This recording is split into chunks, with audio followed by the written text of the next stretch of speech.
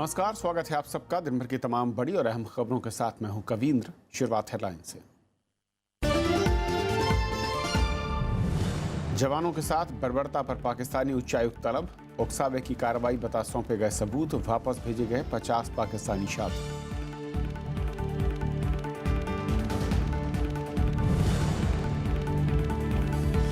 कश्मीर के पुलवामा में आतंकियों ने लूटे 2 बैंक। 24 घंटे में तीसरी घटना। मुख्यमंत्री की सार्वजनिक संस्थाओं पर हमला न करने की अपील।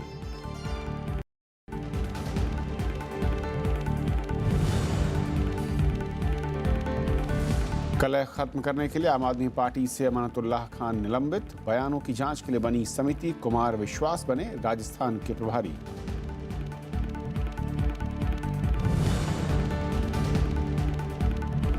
भारत में आया 770 अरब डॉलर का काला धन। ग्लोबल फाइनेंशियल इंटीग्रिटी की साल 2005 से 2014 पर रिपोर्ट।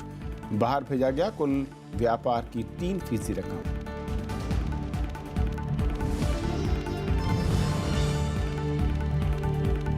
प्रधानमंत्री ने जताई मीडिया की आजादी पर प्रतिबद्धता। लोकतंत्र के लिए बताया जरूरी। दाहट के मुताबिक पिछले 16 महीनों में रिपोर्टरों पर 54 हमले।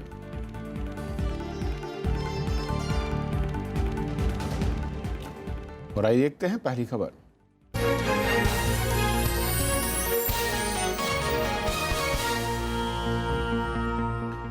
आम आदमी पार्टी में चल रहा राजनीतिक विवाद फिलहाल थमता नजर आ रहा है। पार्टी ने आज विधायक अमानतुल्लाह खान को निलंबित कर दिया। अमानतुल्लाह ने कुमार विश्वास को बीजेपी का एजेंट बताया था और उसकी जांच के लिए समिति भी बनाई गई है। नाराज विश्वास को अब राजस्थान का प्रभारी बनाया गया है। आम आदमी पार्टी के शीर्ष नेतृत्व पर आरोप लगाने वाले कुमार विश्वास को मनाने देर रात खुद अरविंद केजरीवाल उनसे मिलने पहुंचे। मान मनव्वल के बाद कुमार विश्वास राजनीतिक मामलों की समिति की बैठक में शामिल हुए। 3 घंटे चली बैठक के बाद मनीष सिसोदिया और कुमार विश्वास मीडिया को बयान देने आए।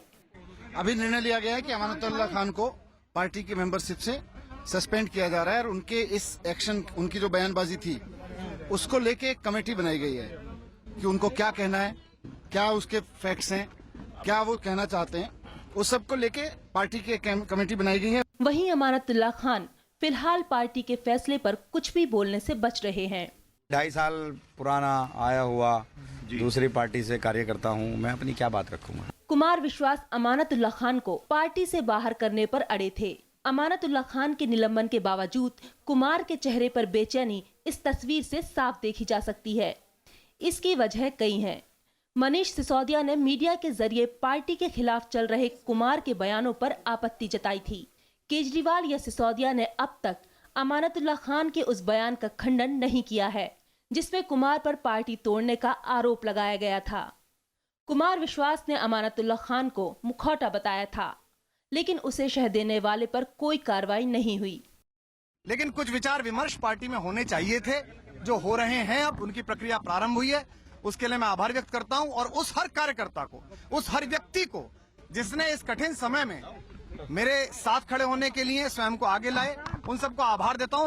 वहीं बीजेपी और कांग्रेस का कहना है कि सत्ताधारी पार्टी के झगड़े से दिल्ली का नुकसान हो रहा है। The biggest question is what has happened to the promises or to the issues on basis of which Aam Aadmi Party was formed. What has happened to this Jan Lokpal? What has happened to internal democracy? We are seeing in Aam Aadmi Party anyone speaking against Kejriwal is shown the door. बहुत अफसोस की बात यह है कि इतने गंभीर इल्जामात के बाद क्या कुछ नहीं कहा गया है एक दूसरे को, उसके बाद इस तरह का क्लाइम डाउन कर लेना, साथ आ जाना एक पद को देने के बाद, मुझे सच में बहुत अफसोस के साथ ही कहना पड़ रहा है कि कहीं पे भी सिद्धांतों की और उसूलों की जगह नहीं रह गई है इस पार्टी में। इस मामले के बाद पार्टी के अंदर गुटबाजी सार्वजनिक हो चुकी है। पार्टी के वरिष्ठ नेताओं में कुमार अकेले पड़ते दिख रहे हैं। अनु दीवान, राज्यसभा टीवी।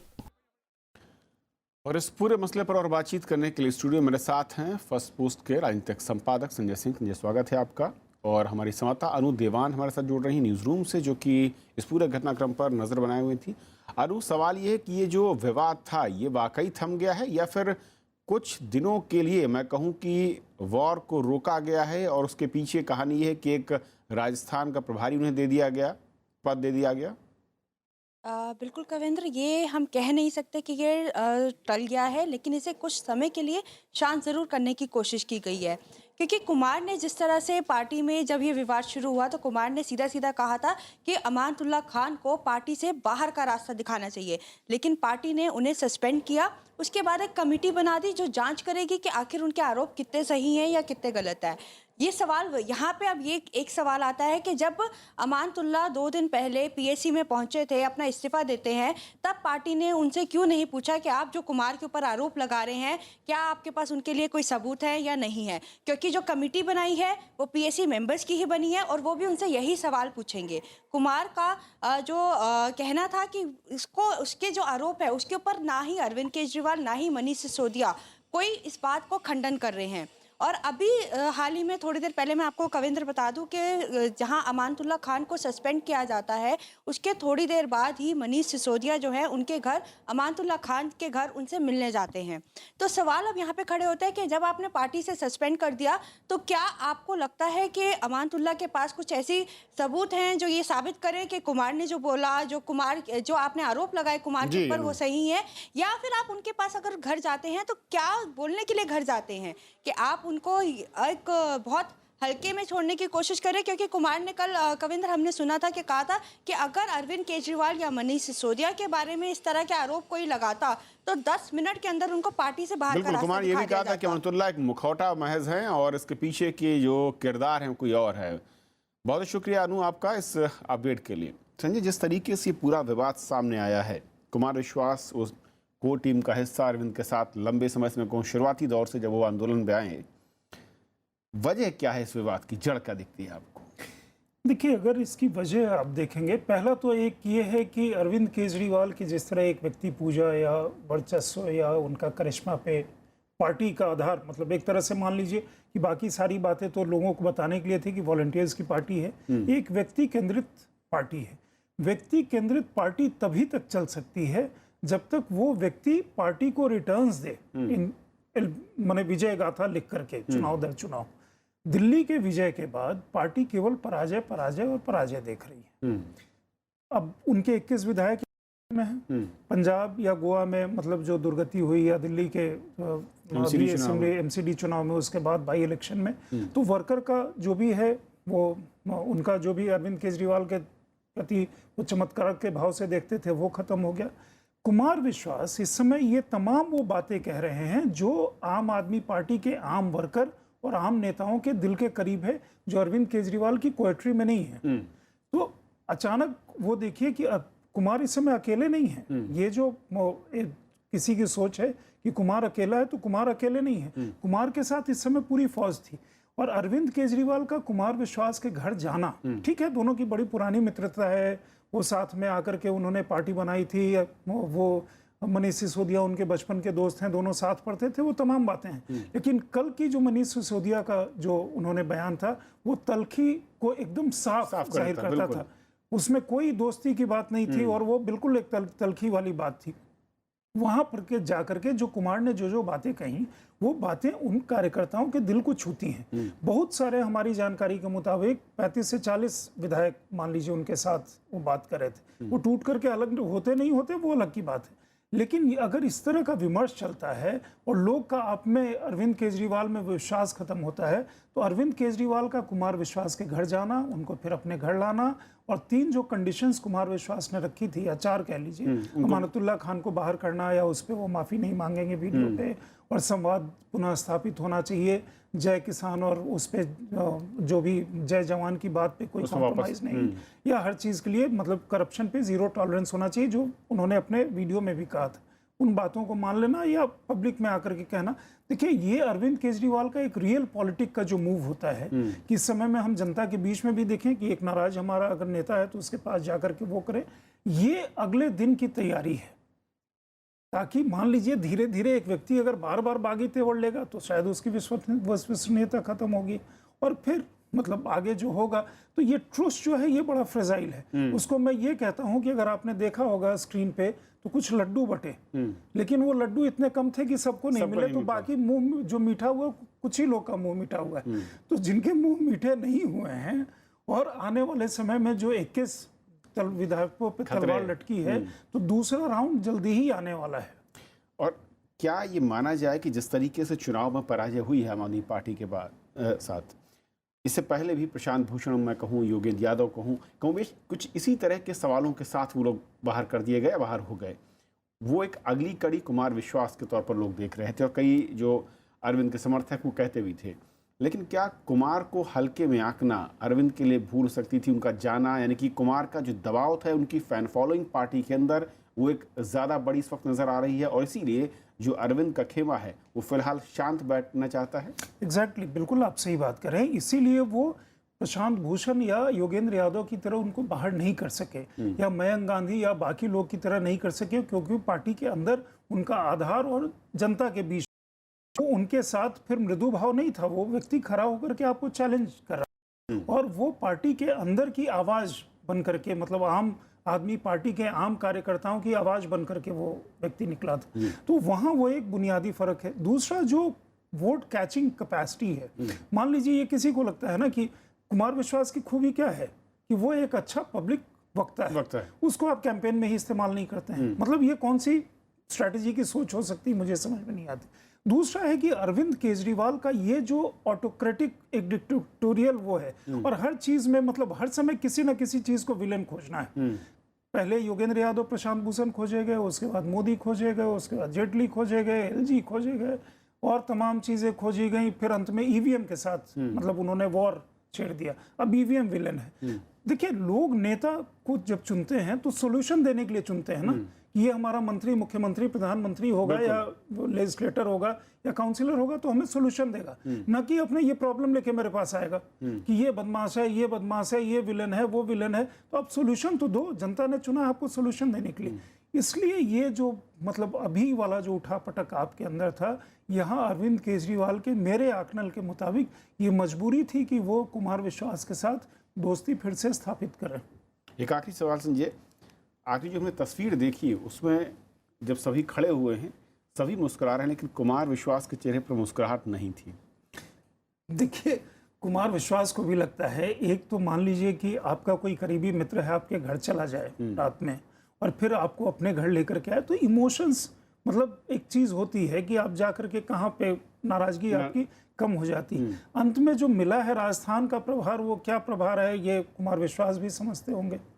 तो वो जो है, इसलिए कुमार विश्वास ने आकर के जो बातें कही कि विमर्श करना है और सहमत हो असहमत हो, मेरे साथ जो लोग खड़े हुए उनको ये जो शब्द आभार, का इस्तेमाल किया मेरे साथ जो अंत तक खड़े रहे उनका आभार, ये बड़े मतलब वो लोडेड वर्ड्स हैं। तो इसलिए ये जो है मुझे लगता है कि ये पूर्ण विराम नहीं है, ये ब्रेक है। अभी आधी फिल्म बाकी है। बहुत शुक्रिया संजय इस पूरी बातचीत के लिए आपका। तो फिलहाल पहली खबर में इतना ही। वक्त ब्रेक का और ब्रेक के उस पार दिन भर की दूसरी बड़ी खबर।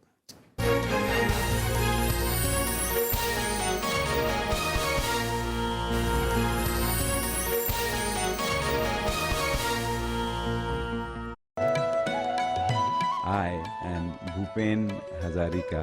दिल हम करी घबराए, उस दिन की बात है रमैया, नाव लेके सागर गया। हरे हाहाकार निःशब्द सदा, ओ गंगा तुम गंगा बहती हो यूं। उनकी नजर उनका शहर में इस बार भूपेन हजारिका, सिर्फ राज्यसभा टेलीविजन पर। डोला डोला।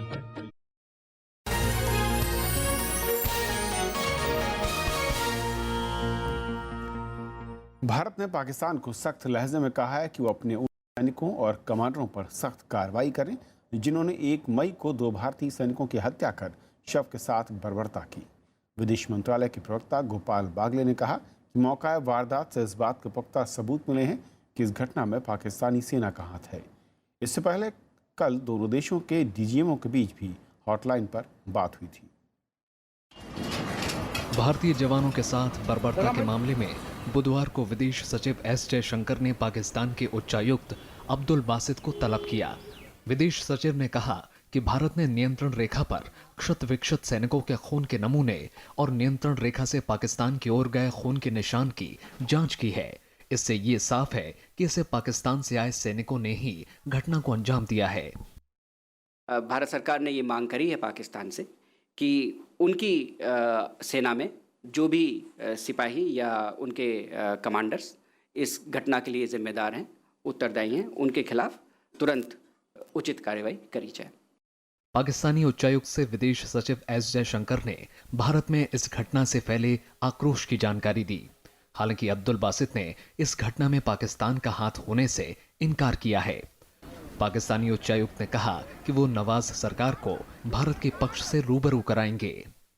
उच्चायुक्त साहब ने कहा कि पाकिस्तान की सेना ने इसमें कोई हिस्सा नहीं लिया इस घटना में, लेकिन वो हमने जो कुछ उनसे कहा है वो उसे अपनी सरकार तक पहुंचा देंगे। भारत ने पाकिस्तानी उच्चायुक्त को कहा कि भारतीय सैनिकों की हत्या कर उनको क्षत विक्षत करने की घटना अमानवीय है और अंतर्राष्ट्रीय नियमों का उल्लंघन है। विदेश सचिव ने कहा कि भारत ने पाकिस्तान को आतंकवाद पर लगाम लगाने के लिए कई बार कहा है, लेकिन उस पर इसका असर नहीं पड़ा। ऐसे में दोनों देशों की जनता के बीच भी कोई मेलजोल की स्थिति संभव नहीं है। भारत ने इस घटना के विरोध में पाकिस्तान से आए छात्रों को भी वापस भेज दिया है, जो एनजीओ के सहयोग से भारत भ्रमण पर आए थे। अखिलेश सुमन, राज्यसभा टीवी।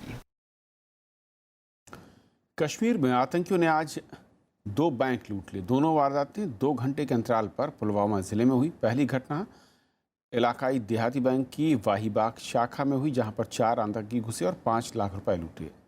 बैंक में बंदूक की नोक पर यह 5 लाख रुपए की लूट की गई। और दूसरी घटना जम्मू कश्मीर बैंक के नेहावा शाखा में हुई है। पिछले 3 दिन में बैंक और उससे जुड़ी संपत्तियों पर यह चौथा हमला है।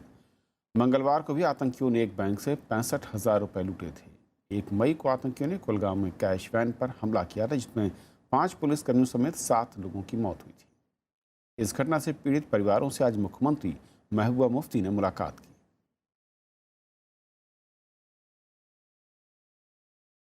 इस तरह से इनको बेदर्दी से कत्ल करना, मुझे लगता है कि ये हमारे कौम की इससे बड़ी बदकिस्मती कोई नहीं हो सकती है।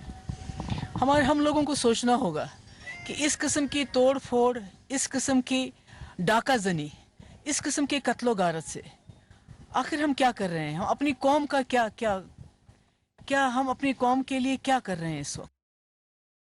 हुर्रियत कॉन्फ्रेंस ने जम्मू कश्मीर के मौजूदा हालात पर चिंता जाहिर करते हुए सरकार के साथ बातचीत की पेशकश की। हुर्रियत नेताओं के एक गुट ने मीरवाइज उमर फारूक की अध्यक्षता में श्रीनगर में बैठक की, जिसमें कहा गया कि भारत सरकार में शामिल सभी राजनीतिक दलों को मौजूदा हालात की समीक्षा करनी चाहिए। इस मौके पर मीरवाइज उमर फारूक ने कहा कि सरकार बल प्रयोग के बदले समस्या का समाधान ढूंढने पर जोर दे।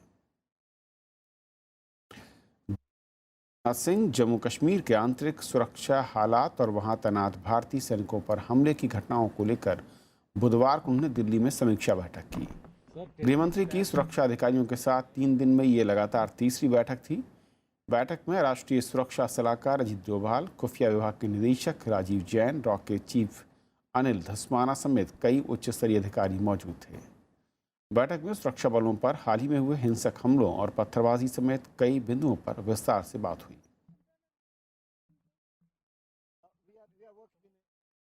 प्रधानमंत्री नरेंद्र मोदी ने शोध के जरिए दुनिया में देश की पहचान बनाने की सलाह दी है। हरिद्वार में पतंजलि रिसर्च सेंटर का उद्घाटन करते हुए उन्होंने कहा कि दुनिया अब प्रिवेंटिव हेल्थ केयर पर जोर दे रही है, जिसमें योग और आयुर्वेद के साथ स्वच्छता की अहम भूमिका है।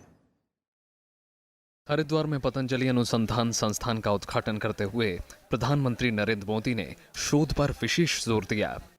उन्होंने कहा कि रिसर्च ही देश को दुनिया में पहचान दिला सकता है। रिसर्च, इनोवेशन, इसकी क्या ताकत होती है हमने अपनी आंखों के सामने देखा है। आज पूरा विश्व होलिस्टिक हेल्थ केयर इसके विषय में बड़ा संवेदनशील है। भारत के ऋषि मुनियों की महान परंपरा योग, उस पर विश्व का आकर्षण पैदा हुआ है। प्रधानमंत्री ने कहा कि उनकी सरकार नई स्वास्थ्य नीति को लेकर आई है और वो प्रिवेंटिव हेल्थ केयर पर जोर दे रहे हैं, लेकिन इसके लिए सबसे महत्वपूर्ण साफ सफाई है।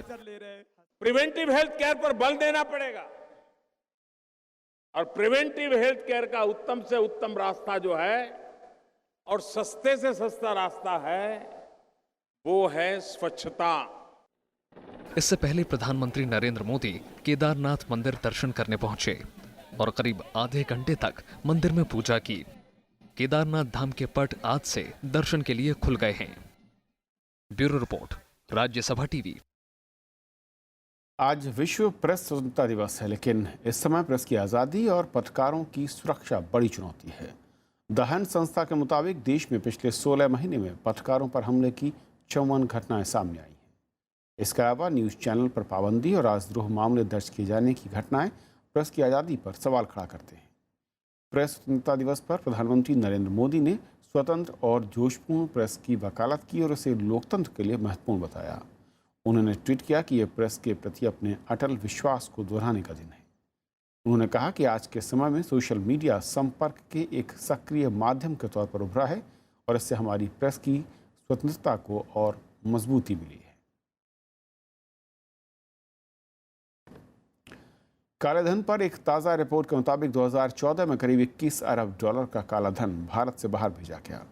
अंतर्राष्ट्रीय संस्था ग्लोबल फाइनेंशियल इंटीग्रिटी की रिपोर्ट के मुताबिक 2000 से 2014 के बीच 770 अरब डॉलर यानी करीब 5 लाख करोड़ रुपए का कालाधन देश में आया, जबकि इस दौरान 165 अरब डॉलर देश से बाहर गया। रिपोर्ट के मुताबिक 2014 के दौरान 1000 अरब डॉलर की अवैध राशि का विकासशील और उभरती अर्थव्यवस्थाओं में आवागमन हुआ है।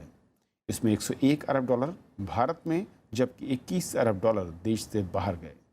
रिपोर्ट में कहा गया है कि 2005 से 2014 के दौरान कुल अवैध वित्तीय प्रवाह भारत के कुल व्यापार यानी करीब 3% रहा है। ये पहली रिपोर्ट है जिसमें अवैध धन के देश में आने और निकलने के बारे में बताया गया है। सुप्रीम कोर्ट ने जाने माने वकील और पूर्व कानून मंत्री सलमान खुर्शीद को न्याय मित्र बनाने की इजाज़त दे दी है। अब वो 3 तलाक, बहुविवाह और निकाह हलाला पर अदालत की मदद करेंगे। इन मुद्दों पर अदालत 11 मई से सुनवाई करेगी। उन्हें कोर्ट को अपना लिखित पक्ष 2 दिन में देना होगा। कई याचिकाओं के जरिए इन तीनों प्रथाओं को चुनौती दी गई है। इस मामले में सरकार ने 11 अप्रैल को अपना पक्ष रखा था। सरकार की दलील थी कि इससे महिलाओं की गरिमा पर असर पड़ता है और उन्हें मूलभूत अधिकारों से वंचित रखा जाता है। बैंक से धोखाधड़ी के आरोप में जूम डेवलपर्स कंपनी के डायरेक्टर विजय एम चौधरी को गिरफ्तार किया गया है। ये कार्रवाई प्रवर्तन निदेशालय ने की है। चौधरी पर करीब 500 कंपनियां बनाकर जालसाजी करने का आरोप है। ये देश में बैंक जालसाजी का सबसे बड़ा मामला बताया जाता है। उनकी गिरफ्तारी मनी लॉन्ड्रिंग के आरोपों के तहत हुई है। आरोप है कि चौधरी ने 485 कंपनियां खोल रखी हैं। ईडी ने 130 करोड़ रुपए की संपत्ति भी जब्त की है। अफगानिस्तान की राजधानी काबुल में आज नाटो के सशस्त्र काफिले को निशाना बनाया गया, जिसमें 8 लोगों की मौत हो गई जबकि 28 घायल हैं। इनमें 3 सैनिक हैं। धमाका अमेरिकी दूतावास और नाटो के कार्यालय के पास हुआ। विस्फोट के बाद कई वाहनों को नुकसान पहुंचा। इस्लामिक स्टेट ने इसकी जिम्मेदारी ली है। कुछ दिन पहले अमेरिका ने आईएस पर सबसे बड़ा गैर परमाणु बम गिराया था। सीरिया में जारी संकट को सुलझाने की कोशिश एक बार फिर तेज हो गई है। अमेरिकी राष्ट्रपति डोनाल्ड ट्रंप और रूसी राष्ट्रपति व्लादिमीर पुतिन के बीच फोन पर सीरिया में गृह युद्ध खत्म करने के तरीकों पर लंबी बात हुई। दोनों नेताओं ने माना कि सीरिया संकट का जल्द ही हल निकालना बेहद जरूरी है। अमेरिका और रूस के राष्ट्रपति के बीच फोन पर हुई लंबी बातचीत के बाद सीरिया में एक बार फिर शांति की उम्मीदें बनी हैं। दोनों नेताओं ने पश्चिमी एशिया से आतंकवाद के खात्मे पर बात की। दोनों ने माना कि सीरिया में गृह युद्ध लंबा खिंच गया है और इसे खत्म करने के लिए सभी पक्षों को हर संभव कोशिश करनी चाहिए। Well, it was a very constructive call that the two presidents had. Very fulsome call, a lot of detailed exchanges. So we'll see where. इधर कजाकिस्तान के अस्ताना में संघर्ष विराम खत्म करने को लेकर 2 दिवसीय सम्मेलन बुलाया गया है। वार्ता में रूस और अमेरिका के अलावा सीरिया, ईरान, तुर्की और सीरियाई विद्रोहियों के प्रतिनिधि हिस्सा ले रहे हैं। Having bilateral meetings So we'll meet everyone in order to be better prepared for tomorrow. So I'm not making any further comments, except that today is the day for bilateral meetings with every observer and delegation. Geneva में होने वाली Syria शांति वार्ता से पहले Astana में हो रहे कार्यक्रम को काफी अहम माना जा रहा है। रूस, तुर्की और ईरान की पहल पर बुलाए गए इस सम्मेलन में सीरियाई संकट का राजनीतिक हल निकालने के तरीकों पर बात हो रही है। Bureau report, Rajya Sabha TV. Malaysia के इपोह में खेले जा रहे अजलान शाह हॉकी कप के आज रोमांचक मुकाबले में भारत ने जापान को 4-3 से हरा दिया। मैच के 8वें मिनट में रुपिंदर पाल सिंह ने पेनल्टी कॉर्नर को गोल में बदल कर बढ़त बनाई, लेकिन जापान ने जल्द ही बराबरी कर ली और उसके बाद तीसरे क्वार्टर के आखिर में गोल कर जापान ने बढ़त कायम कर ली। इसके बाद दोनों टीमें एक के बाद एक गोल कर मैच में 3-3 की बराबरी पर रहीं। 57वें मिनट में मनदीप सिंह के निर्णायक गोल के चलते भारत को 4-3 से जीत। तो इस बुलेटिन में फिलहाल इतना ही। नमस्कार।